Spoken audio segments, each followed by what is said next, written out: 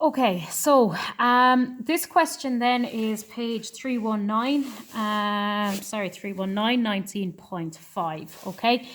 So this time we're asked that a sample of water was analysed in order to determine its BOD, so I'll come back to that in a minute. 100 centimetres cube sample of water was diluted to 2 litres, okay? So this is going to be very polluted water, okay? Because I've had to dilute it. So again, we have to take that dilution into account. And then told 100 centimetres cubed of this solution was titrated and 7.15 centimetres of 0.025 molar sodium thiosulfate solution was required. And then I obviously have my second sample, which is stored under my appropriate conditions, i.e. at 20 degrees Celsius in the dark for 5 days, and analysed for the amount of dissolved oxygen. The iodine liberated this time required 3.2 centimetres cubed of 0.025 molar sodium thiosulfate solution, and we are asked here to calculate the BOD of the water. Now, I've already looked at the ratio, okay, but I'm just going to do it here again. O2 is to S2O3 minus. That is where I start at O2 and I want to get to. I have a few links in my chain. My link between my first equation and my second equation is this. And my link between my second equation and my third equation is I2. So ratio here, 1 is to 4, 2 is to 1, 1 is to 2. Okay? However, these need to be the same. So that means I need to multiply this by 2.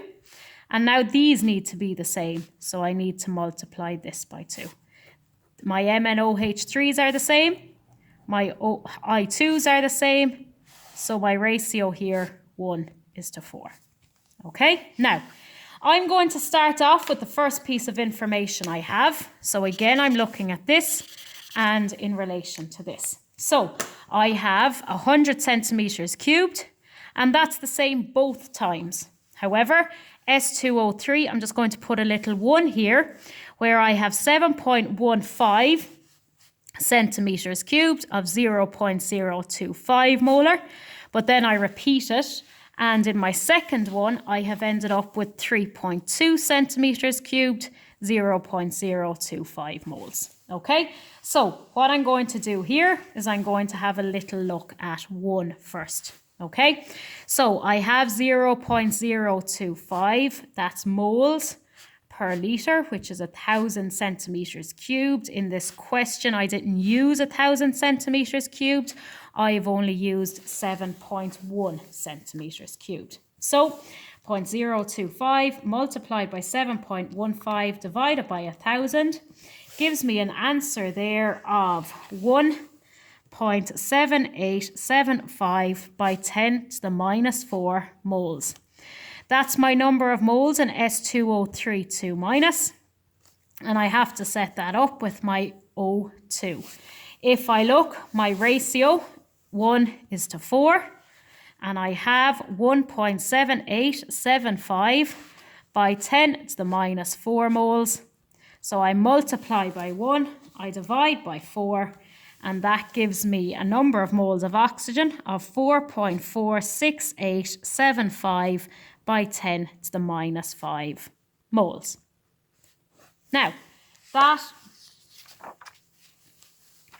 4.46875 by 10 to the minus 5 moles is what's present in 100 centimetres cubed. I don't want to find 100 centimetres cubed for this question. I now want to find it in a litre, and that gives me 4.46875 by 10 to the minus 4 moles. Okay? Next then, I need to find it in grams per litre. So number of moles equals mass in grams divided by my relative molecular mass of O2. That is 16 by 2, which gives 32.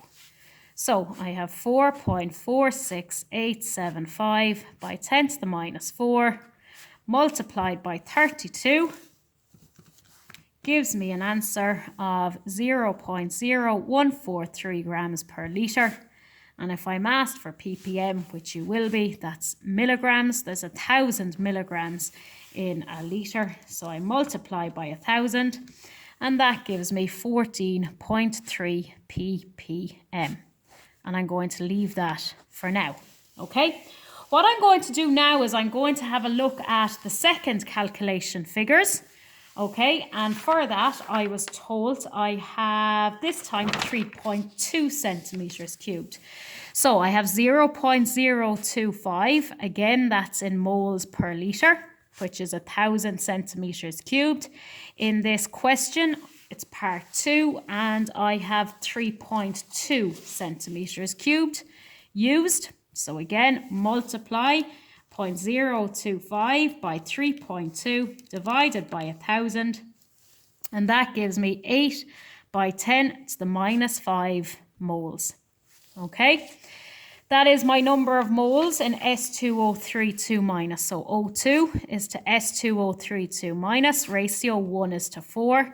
And I've worked out that I have 8 by 10 to the minus 5 moles of S2032 minus. So multiply by 1 divided by 4 means I have 2 by 10 to the minus 5 moles of oxygen. And that's 2 by 10 to the minus 5 moles. Again, I'm told I used a second 100 centimetres cube sample. So that is 2.5 by 10 to the minus 5 moles. And I need to find out my moles per litre. So multiply by 1,000, divide by 100, gives me 2 by 10 to the minus 4 moles. That's my answer in moles per litre. Okay, if I'm then asked, I need to look at that in grams per litre. So it is my number of moles, 2 by 10 to the minus 4 moles. I've worked out my relative molecular mass of oxygen already, 32. So that gives me a grams per litre of 6.4 by 10 to the minus 3 grams per litre. And finally then, I have to convert it to ppm, multiply it by 1,000. And that gives me 6.4 ppm. So what do I have now? Okay, I have 14.3 ppm, which was the amount of dissolved oxygen that I had at the start. Remember, my BOD is the amount of dissolved oxygen that is consumed. At the end, I have 6.4. So in order to get the amount of dissolved oxygen consumed, I must take away 14.3 minus 6.4, and that gives me 7.9 ppm. However, if I look, and this is a final point, I'm told that a 100 centimetres cubed sample was diluted to 2 litres, and 2 litres is the same as 2,000 centimetres. So it has been diluted 20 times. So I have to multiply the 7.9 ppm by that dilution factor, which gives me an answer of 158 ppm.